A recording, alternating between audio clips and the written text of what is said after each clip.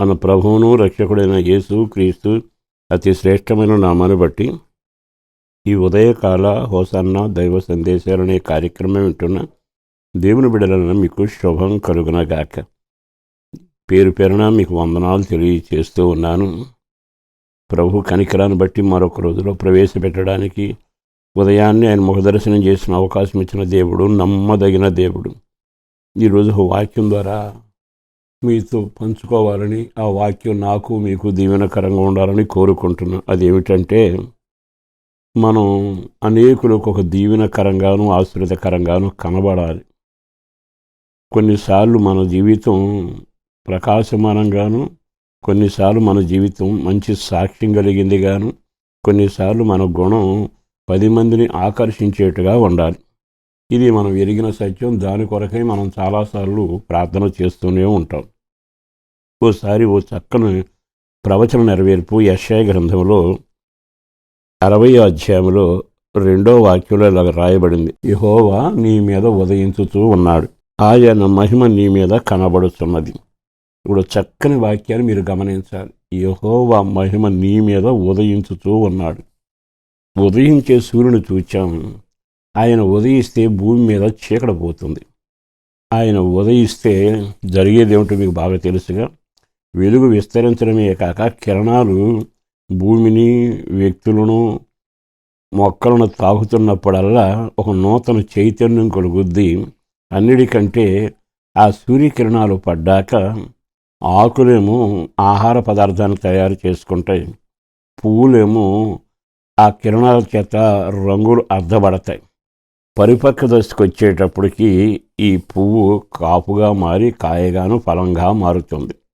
అంటే ఈ లోకపు సూర్యుడు ఉదయిస్తే ఆ యొక్క పరివర్తన కానీ, మార్పు కానీ, ఫలదాయకం కానీ అన్నీ మనం గమనిస్తూనే ఉన్నాం. ఈరోజు ఒక మాట మీతో చెప్పాలి. నీవు దేవుని నమ్ముకుని పవిత్రంగా జీవిస్తూ వాక్యానుసారంగా అనేకులకు దీవెనకరంగా ఉండాలి అనుకుంటే నీకు నీవుగా ప్రకాశించలేవు, నీకు నీవుగా దీవెనకరంగా ఉండలేవు. యెహోవా నీ మీద ఉదయిస్తే, అంటే భూమి మీద తన కిరణాలతో సూర్యుడు ఉదయించినప్పుడు ఎలా ఉంటుందో అలాగే దేవుడు నీ మీద ఉదయిస్తే ఆయనలో ఉన్న తేజస్సు, మహిమ, స్వచ్ఛత, చక్కని కిరణాల ప్రభావం నీ మీద పడ్డాక అనేకులకి నిన్ను చూడగానే నీ మీద దేవుని మహిమ కనపడుతుంది. నీ జీవితంలో దేవుని మహిమ, నీ ప్రార్థనలో దేవుని మహిమ, నీ నడకలో దేవుని మహిమ కొట్టొచ్చినట్టుగా కనపడుతూ ఉంటుంది. మరొక మాట కూడా నేను మీతో చెప్పాలని ఆశపడుతున్నాను. ఈ శుభవేళ ఈ మాటలు వింటున్న ప్రియ దేవుని బిడ్డలారా, ఒక సేవకుడిగా నేను మీకు చెప్పగలిగిన మాట ఏమిటంటే, సూర్యుడు ఉదయించినప్పుడు అద్దం ఒక ఎదురుగుండా పెడితే పరివర్తన చెంది పరావర్తనతో ఆ వెలుగు మరో చోటకి వెళుతుంది. సూర్యుడైన దేవుడట తన మహిమను కానీ, తన శక్తిని కానీ, తన ఉనికి పట్టు కానీ మానవాళికి చూపించాలి అనుకుంటే, నేను ఎవరి మీద ప్రకాశిస్తే వాళ్ళు అనేకులకు దీవెనకరంగా ఉంటారని యోచించి ఆయన మన మీద ఉదయించడం మొదలుపెట్టాడు. ఎప్పుడైతే ఉదయించాడో ఆయనలోని లక్షణాలని మన ద్వారా ఇతరులను అనుభవిస్తారు.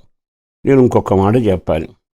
ఆ సూర్యకిరణం మరొకరి మీద పడాలి అనుకుంటే అద్దం ఉపయోగపడినట్టుగా మనం ఎవరమై ఉండాలి తెలుసా? కడగబడిన వారమై ఉండాలి, అపవిత్ర జీవితాన్ని మానుకున్న వాళ్ళమై ఉండాలి. మనకు మనం మహిమ తెచ్చుకోకుండా దేవునికి మహిమ తెచ్చేట్టుగా ఆయన కార్యాలు ఎన్ని జరిగినా ప్రజలతో నువ్వు చూపించేది ఏమిటంటే దేవునికే మహిమ కలుగునగాక, ఈ కార్యములు జరిగించిన వాడు ఆయన, ఇది ఆయన గుణం అని నువ్వు చెప్పగలగాలి. ఇంక అర్థమే మాట చెప్పాను. ఒక నరహంతకుడు భయంకరమైన వేసి ఉన్నాడు. కానీ యేసు రక్తం ద్వారా కడగబడ్డాక, దేవుని కిరణాలు అతని మీద పడ్డాక, అతని జీవితంలో మార్పు కలిగాక ప్రజలు చూసేమంటారో తెలుసా? ఒకప్పుడు నరహంతకుడేనండి, కానీ ఎంత భక్తుడైపోయాడు. అంటే కడగబడిన జీవితంలో దేవుని మహిమ అనేకులకు కనబడతా ఉంది. నీవు కూడా నీ జీవితంలో అనేకులు సాక్షిగా కనబడాలి. నీకు ఏ కార్యం చేసినా దానివల్ల మహిమ పొందాలి. ఒక కుంటివాడిని బాగు చేశాడు. ప్రజలందరూ ఆశ్చర్యపడితే అతడు ఏమన్నాడు తెలుసా?